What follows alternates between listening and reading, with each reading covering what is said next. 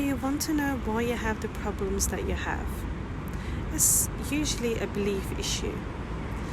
As a child, we go through life and we start to make sense of things. We try to understand the world, we try to understand what is this thing, and we try to process and make sense of it, right?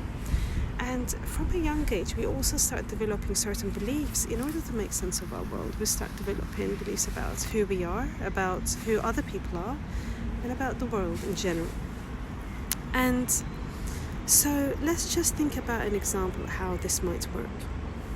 If a child has been beaten, abused, neglected by their parents, and their teachers have been really mean, they've always been told off, they've been bullied at school, this child might easily start developing beliefs about themselves being unlovable, right?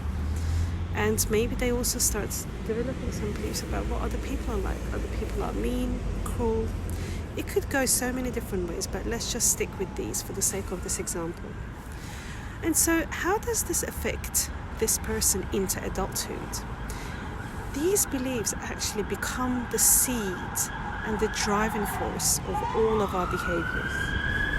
Okay, so, for example, if I am thinking I am not lovable, how would that affect my behavior?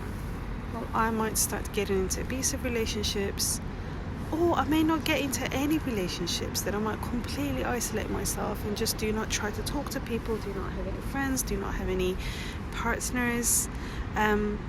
So it becomes like the driving force, and the reason for that is because when this negative core belief is triggered within us, it's a very, very painful thing. And so we start designing our lives in a way to make sure that these negative core beliefs are not being triggered, that we're protected for them not being triggered.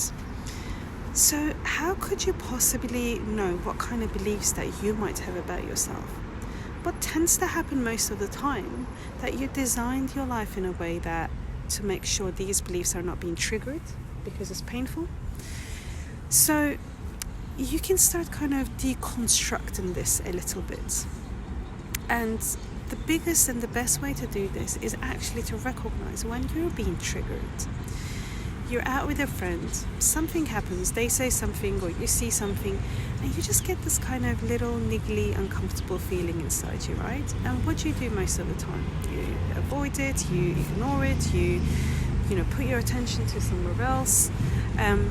This time, you could actually just look at it and ask yourself, what is it that is triggering me here? What kind of things is just like bringing up for me that I'm finding this quite difficult? And so this might kind of start giving you some clues as to what is happening and what is being activated for you.